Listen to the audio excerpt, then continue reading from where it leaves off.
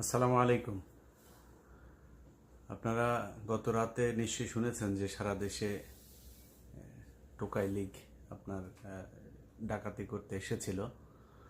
তো বিষয়টা আমি যতটুকু জানলাম আসলে কোথাও ডাকাতি না। এখানে যেটা করা হয়েছে প্রায় 50 জন, 60 জন, 100 জন মানুষ নাকি একসাথে একটা একটা বাড়িতে যাচ্ছে, সেখানে দরজা জানলা টানলা সব ভাঙচুর করছে, মানে বুঝাইতে যাচ্ছে, একটা আতঙ্ক তৈরি করতে যাচ্ছে। এখন আপনাদেরকে একটা জিনিস বুঝতে হবে যে বাংলাদেশ ব্যাংকের এখন রিজার্ভ যত, শেখ হাসিনার পরিবারের প্রতিটা মানুষের ইন্ডিভিজুয়াল ব্যাংকের অ্যাকাউন্টে টাকা তত আছে, তার চাইতে বেশি, কারো কারো তার চাইতে রিজার্ভের চাইতে অনেক বেশি টাকা আছে কারো কারো। অতএব তাদের এই যে টাকা, এই টাকা পয়সা তো তারা কাজে লাগাবে।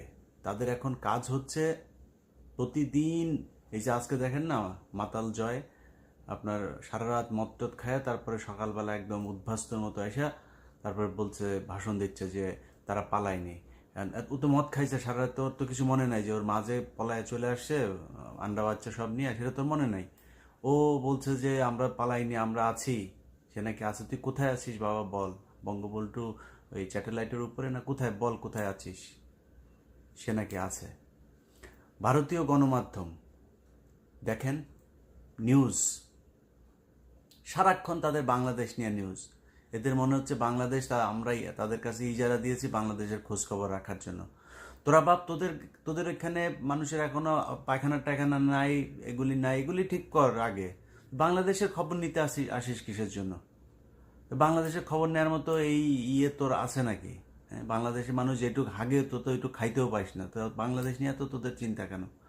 তো তারা ওইখানে বসে আমাদের নিয়ে কথাবার্তা বলছে যে আমাদের দেশের অবস্থা নাকি খুব খারাপ, আমাদের দেশে চুরি হচ্ছে, ডাকাতি হচ্ছে, শেখ হাসিনার ব্লাউজ ট্লাউজ খুলে তারপরে পোলাপান দুষ্টুমি করছে, এই নানান কথাবার্তা। তো তোমাদের সমস্যা কি? আমার দেশে কি হচ্ছে না হচ্ছে সেটা তোমার জানার দরকার নাই তো। মন্দিরে টন্দিরে এইসব ভুয়া ছবি টবি দিয়া তারপর বলছে যে তারা এখানে মুসলমানরা, জঙ্গিরা, জামাত ইসলাম শিবির এরা নাকি মন্দির টন্দিরে এগুলোতে নাকি আপনার করছে। অথচ জামাত শিবির মাদ্রাসার ছাত্ররা তারা গিয়ে তাদের এই যে যেই আপনার মন্দির টন্দির এগুলো পাহারা দিচ্ছে। তো আমাদের এখানে যে বিশৃঙ্খলা, এটা তৈরি করার জন্যই মূলত তারা এটা করছে। ডক্টর মোহাম্মদ ইউনুস আমি মনে করি এই মুহূর্তে বাংলাদেশের জন্য একটা আশীর্বাদ। অনেকের কাছে মনে হয় যে হচ্ছে এই কিছু মানুষ শুনছে যে ডক্টর মোহাম্মদ ইউনুস নাকি আপনার সুদ খায়, আর বাংলাদেশের সব হচ্ছে সাহাবিরা। এই সাহাবিরা কেউ সুদমুদ কিছু খায় না, ঘুষমুষ কিছু খায় না, ব্যাংকে টাকা রাখেও না, ব্যাংকের মানে এই হলো সুদখোর বিশাল আকারে। ডক্টর মোহাম্মদ ইউনুস কি করে কি না করে আমার জানার দরকার। ডক্টর ইউনুসকে দিয়ে এখন বাংলাদেশের যে পরিস্থিতি, এইটাকে সামলানোর জন্য এর চাইতে পারফেক্ট আর কেউ নাই। সেনাবাহিনী একদম আমাদের যে স্বপ্নের সেনাবাহিনী, ঠিক সেই আচরণই করছে। সেনাবাহিনীর এখন দেখেন অফিসারদের যেই আপনারা দেখেছেন যে সেই দিন থেকেই তারা ছাত্রদের সাথে কিভাবে মিলেমিশে তারপরে কাজ করেছে। দেশটা স্বাধীনতার এই এই এই জায়গাটার ভিতরে সেনাবাহিনীরও একটা যথেষ্ট অবদান আছে। অতএব তারা সুন্দর একটা মানে ডিসিপ্লিন আনার চেষ্টা করছে। আমাদের পুলিশ বাহিনী, আপনাদের কাছে অনুরোধ যে পুলিশের যারা আছে, এখন যারা পুলিশে আছে, আপনাকে বুঝতে হবে তারা কিন্তু আপনাদের সাথের মানুষ। যারা এই হাসিনার আন্ডা বাচ্চা যেগুলো, সেগুলো কিন্তু পালিয়ে গিয়েছে। শুধু আছে এই যে হাবিব, তারপরে আরেকটা আছে ওই যে র্যাবের ডিজি, এই টাইপের কয়েকটা আছে। এগুলোকে আপনার হেডকোয়ার্টারে নিয়ে এসছে, কিন্তু আমি মনে করি তাদের পাবলিকের হাতে ছেড়ে দেওয়া উচিত। হাবিব কিভাবে এখনো দেশে করে, আইজিপি ওইদিকে গুহার মধ্যে ঢুকা তারপরে গোপন তার বার্তা দিচ্ছে। এদিকে পুলিশের আপনার এসপিদের একটা চ্যাট গ্রুপ আছে, সেখানে কিছু এসপি বসে তারপরে অন্য এই যে এসপিদের ইয়েদেরকে, কনস্টেবল তারপরে সাব ইন্সপেক্টর এদেরকে বলছে তোমরা এসো না, তোমরা কর্মবিরতি পালন করো, হ্যাঁ আসার দরকার নাই। তারা এগুলি করছে।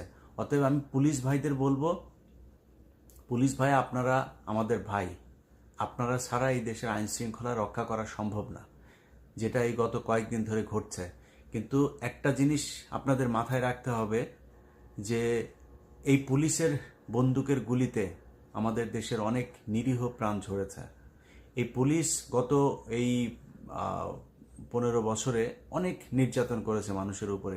সো মানুষের সেই ক্ষোভটা আছে, আপনাদের এইটুক অ্যাকসেপ্ট করতে হবে, কিছু করার নাই। এটা মেনে নিয়ে আপনাদেরকে কাজ করতে হবে, কিছুটা ঝুঁকি থাকবে। আর সাধারণ মানুষের যারা বিএনপি ছাত্রদল, যুবদল, বিএনপির মূল দল, ছাত্র শিবির, জামায়াতে ইসলাম, তারা এই 15 বছর অনেক কষ্ট করেছেন, কিন্তু আপনাদের একটা জিনিস বুঝতে হবে, পুলিশের সবাই কিন্তু ঘুষখোরও না, পুলিশের সবাই কিন্তু শেখ হাসিনার কথায় চলেও নাই। তাদেরকে বাধ্য করা হয়েছে গুলি করার জন্য। সো এখন যারা আছে থানায়, যারা আছে তারা কিন্তু মানে এই শেখ হাসিনার মানে বিপক্ষের যে লোকগুলি, যারা এই অন্যায়গুলো পছন্দ করেনি, তারাই কিন্তু মনে করেছে দেশ স্বাধীন হয়েছে, এখন আমরা স্বাধীন, এখন সুন্দরভাবে কাজ করব। আর চোর বাটপার যা আছে সেগুলো কিন্তু পালিয়ে গিয়েছে। সো এই এদের উপরে আক্রমণ করছেন, এরা কিন্তু শেখ হাসিনার ওই পুলিশ না, এটা মনে রাখেন। তাদেরকে আপনারা বিভিন্ন মিটিং মিছিলেও দেখেছেন যে একজন সামনে থাকতো যে কিনা সবাইকে গালাগালি করতো, গুলি করাই করছিস না, পিছনে লাথি মারতো, এগুলো এই ভিডিও চিত্র আপনারা দেখেছেন। সো একটু হিসাব করে তারপরে করতে হবে। আমি মনে করি যে যারা পুলিশে এই গত 15 বছরে চাকরি নিয়েছে, সে এই এমপিদের নিয়ে রিকমেন্ডেশন নিয়ে, তাদের ব্যাপারে একটা তদন্ত হইতে পারে যে তাদের পরিবার কি আসলে আওয়ামী লীগ করে কিনা, নাকি এলাকার এমপি টাকা খেয়ে তারপরে ওকে চাকরি দিয়েছে। যদি আওয়ামী লীগ করে তাকে চাকরিতে রাখা আমার মনে হয় ঠিক হবে না, কারণ এটা মানে আল্লাহ প্রদত্ত নিষিদ্ধ দল এখন বাংলাদেশে। 2 দিন আগে জামাত ইসলামকে নিষিদ্ধ করেছিল, আল্লাহ ওইটার জবাব দিয়ে দিয়েছেন যে এত বেশি বাড়াবাড়ি ভালো না। সো আওয়ামী লীগের নামের উপরে এখন পেদানি খায় মানুষ। আজকে আপনারা একটা ছাত্রলীগের এক নেত্রীকে দেখেছেন নরসিংদীতে কিভাবে ন্যাংটা করে তারপরে পেটাইছে। সো এগুলো এই যে এগুলো তো তাদের যে কৃতকর্ম, সেটার ফল। এটা আপনি সবকিছু আপনি চাইলেও করতে পারবেন। আমি ব্যক্তিগতভাবে যদিও এই যে আওয়ামী লীগের লোকজন পাইলে এইভাবে পেটানো, কোপানো, এটা আমি পছন্দ করি না, এটা আমি সাপোর্ট করি না। কিন্তু একজনকে যে করবেন, আমাকে একজন বলেছে যে তার এলাকায় ভাঙচুর করছে, তো আমার কাছে বলেছে যে আমি বললে হয়তো শুনবে, মনে করেছে বিএনপি, ছাত্রদল, যুবদলের, আমি যদি একটা ফোন করি আমার কথা শুনবে। আমি ফোন করেছিলাম, তো ফোন করার পরে সে বললো যে ভাই এইখানে তার সাথে আওয়ামী লীগের লোকজনের একটু খাতির টাতির আছে, এইসব কথাবার্তা। তো মানে আওয়ামী লীগের লোকের সাথে খাতির থাকার কারণেও তাদের দোকানপাট, বাড়িঘর ভাঙচুর করছে। এবার চিন্তা করেন মানে কতটুকু ক্ষোভ মানুষের। তো শেখ হাসিনাকে বুঝতে হবে যে আপা মানে ঘৃণা কাকে বলে, এটা আমরা কিন্তু আমি অন্তত গত 5 বছর ধরে আপনাকে বলছি যে ঘৃণা কি, আপনাকে মানুষ কতটুকু ভালোবাসে, এটা আল্লাহ যেন সেই দিনটা দেখায়। সেই দিনটা এখন 15ই আগস্ট আসতেছে না, 15ই আগস্টে টের পাবেন যে এবার কত মানুষ আপনার 15ই আগস্ট পালন করে। এবার বুঝবেন, এবার খুব সুন্দরভাবে টের পেয়ে যাবেন। অতএব এই দেশের ভেতরে যত গ্যাঞ্জাম, যত শয়তানি বদমাশি, এগুলি শেখ হাসিনা এখন ওই পারে বসে বসে তারপরে করছে। আর ভারতীয় গোয়েন্দা সংস্থা তো একটা তো আছে, তারা তাদেরকে তাল মেলাবে, তারাও চেষ্টা করবে এখানে যাতে একটা অস্থিরতা থাকে। সো আমি মনে করি সেনাবাহিনীর ভেতরেও যে ধরনের রদবদল হয়েছে, হওয়ার পরে এখন একটা সুন্দর জায়গায় এসছে। সেনাবাহিনী ছাড়া আসলে বাংলাদেশের মানুষের আর কেউ নাই। মানে আল্লাহর পরে দুনিয়ায় যদি নাকি মানে কারোর প্রতি কাছে যদি যায়, যদি কেউ মানে শেষ একটা ভরসার জায়গা যেটা বলে, সেই জায়গাটা কিন্তু সেনাবাহিনী। সো সেনাবাহিনীর ভাইরা, আপনারা এই গত 15 বছরের মধ্যে একটা নির্বাচনে যথেষ্ট জনগণের ঘৃণা কুড়িয়েছেন। সেটা আমার বিশ্বাস যে জনগণও আপনাদেরকে ক্ষমা করে দিয়েছে। আপনাদের সেই মানে নতুন একটা চেহারা আমরা দেখছিও, আপনাদের প্রতি আমাদের সম্মান, ভালোবাসা, শ্রদ্ধা সব কিছুই আছে। আমরা চাই আপনারা এই জিনিসগুলো দেখবেন এবং বিশেষ করে রয়ের যেসব লোকজন আছে সেগুলোকে খুব দ্রুত পদক্ষেপ নেবেন। গতকালকে কাশিমপুর কারাগারে যে কটা মানুষের লাশ দেখলাম আমি এই গাজীপুরে হসপিটালে, সেখানে প্রতিটা লাশ দাড়ি, বড় বড় দাড়ি, এবং বোঝাই যাচ্ছে যে সেটা একজন মানে মাওলানা ছিল, তিনি একজন আলেম ছিলেন। তাদেরকে মেরেছে। এখন মাল্য হচ্ছে ওই যে কি কুমার বালা, সে হচ্ছে ওইখানকার সিনিয়র জেল সুপার। আমি জানি না এই লোক এখনো পর্যন্ত জেল সুপার কিভাবে আছে। একজনের কাছে শুনলাম যে প্রথমে ওই এই এই কাশিমপুর যে কারাগার, এই কারাগারের যে মসজিদের ইমামটা, এই ইমামটা নাকি বদমাইশ। এই বদমাইশকে দিয়ে তারপরে প্রথমে এই বালা তাদেরকে উস্কানি দিয়েছে, বলেছে যে শেখ হাসিনা চলে গিয়েছে, এবার তোমরা সবাই করো, আন্দোলন করো, সবাই মিলে বিক্ষোভ করো, বিক্ষোভ করে তারপরে বের হয়ে যেতে পারবা। তো জেলখানার ভেতরে কিছু মানুষ উত্তেজিত হয়েছে, কিছু মানুষ বিক্ষোভ করেছে, মিছিল টিছিল শুরু করেছে। এরপর যায় সে গুলি করা শুরু করেছে। গুলি করে সেখানে যতটুকু এখন পর্যন্ত শুনলাম 36 জন টোটাল মারা গিয়েছে। অতএব এই কুমার টুমার এগুলোরে মানে শাস্তি দিতে হবে। এগুলিরে এই এরা মানে বিশেষ বিশেষ জায়গায় যারা আছে, আমি আবারও বলছি, হিন্দুদের প্রতি আমাদের কোনো ক্ষোভ নাই। আমি এই নির্বাচনের পরে যতগুলো ভিডিওতে কথা বলেছি, কোনো না কোনো একটা জায়গায় এই কথাটা বলেছি যে হিন্দুদের প্রতি আমাদের কোনো ক্ষোভ নাই। বিশেষ করে হিন্দুদের কোনো ধর্মীয় উপাসনালয়, এগুলো সর্বোচ্চ পাহারা দেওয়ার ব্যবস্থা মুসলমানদেরকেই করতে হবে। কারণ শেখ হাসিনা ওইখানে বসে বসে এই শয়তানিগুলো সে এখন করবে, ডাকাত বানাবে, তারপরে এইভাবে এই যে এইখানে হামলা করবে, বিভিন্ন জায়গায় হিন্দুদের বাড়িঘর, পূজা মণ্ডপ, এগুলোতে হামলা করবে। সো এইটা তাদেরকে করতে দেওয়া যাবে না। মুসলমানদেরকে এটার হিন্দু ভাইদের বোনদের তাদের আপনার যেই জীবন মাল, তাদের ধর্মীয় যেই প্রতিষ্ঠানগুলো আছে সেগুলো রক্ষা করতে হবে। কারণ শেখ হাসিনা যেই মানে সমস্যা তৈরি করতে চাচ্ছে, সেই সমস্যার সমাধান কিন্তু এখন আপনাদেরকেই করতে হবে। পুলিশ কর্মবিরতিতে আছে, আমি পুলিশের ভাইদেরকেও বলবো যে আপনারা কর্মবিরতি থেকে চলে আসেন এবং জিনিসটা বুঝান। আপনারা যে 11 দফা থেকে শুরু করে বিভিন্ন করছেন, এটা মানুষকে বুঝাইতে হবে, মিডিয়াকে কাজে লাগিয়ে আপনাদের এই বার্তাটা মানুষের মধ্যে পৌঁছাইতে হবে যে আপনাদের অফিসারদের কারণে এই অফিসাররা এইভাবে আমাদেরকে বাধ্য করেছে, এইভাবে আপনাদের বুকে গুলি চালাতে। অতএব আপনারা ক্ষমা চেয়ে, আমার মনে হয় বাংলাদেশে মানুষ আপনাদের পাশে থাকবে এরকম কিছু একটা করলে। শেখ হাসিনা আপা সব শেষে বলে দেই, ওই যে ফারজানা রূপা আছে, ফারজানা রূপার মাথায় বিলি কেটে উকুন টুকুন আনেন।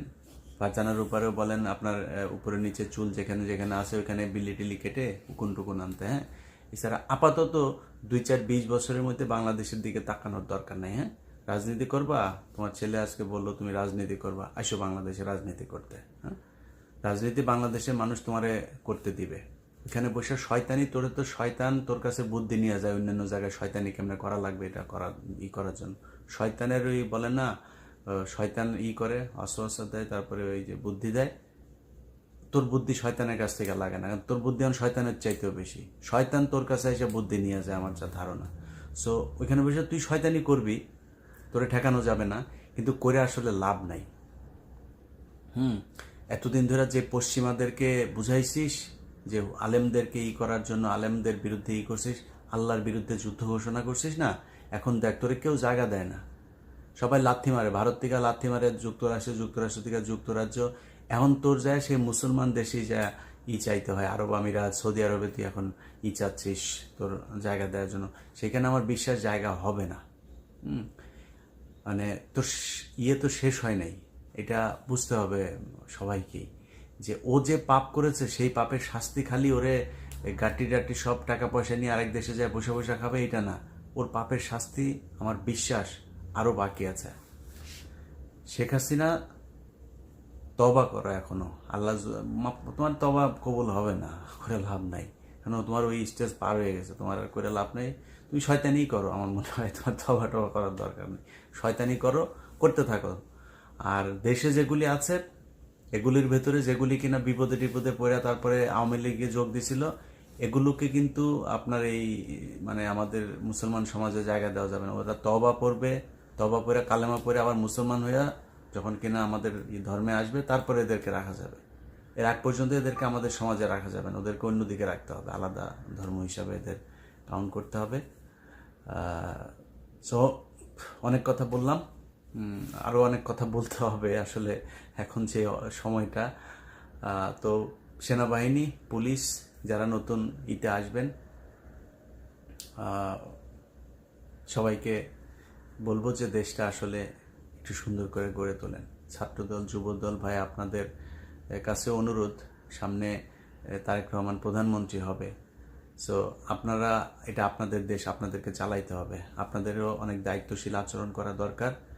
দেশটা যেন আবারও সেই শেখ মুজিবের এই বিজম্মাদের মতো আবার মানে চাঁদাবাজি, লুটতরাজ এরকম জায়গায় যেন দুর্নীতি, লুটপাটে যেন না যায়। সবাই ভালো থাকবেন। আল্লাহ হাফেজ।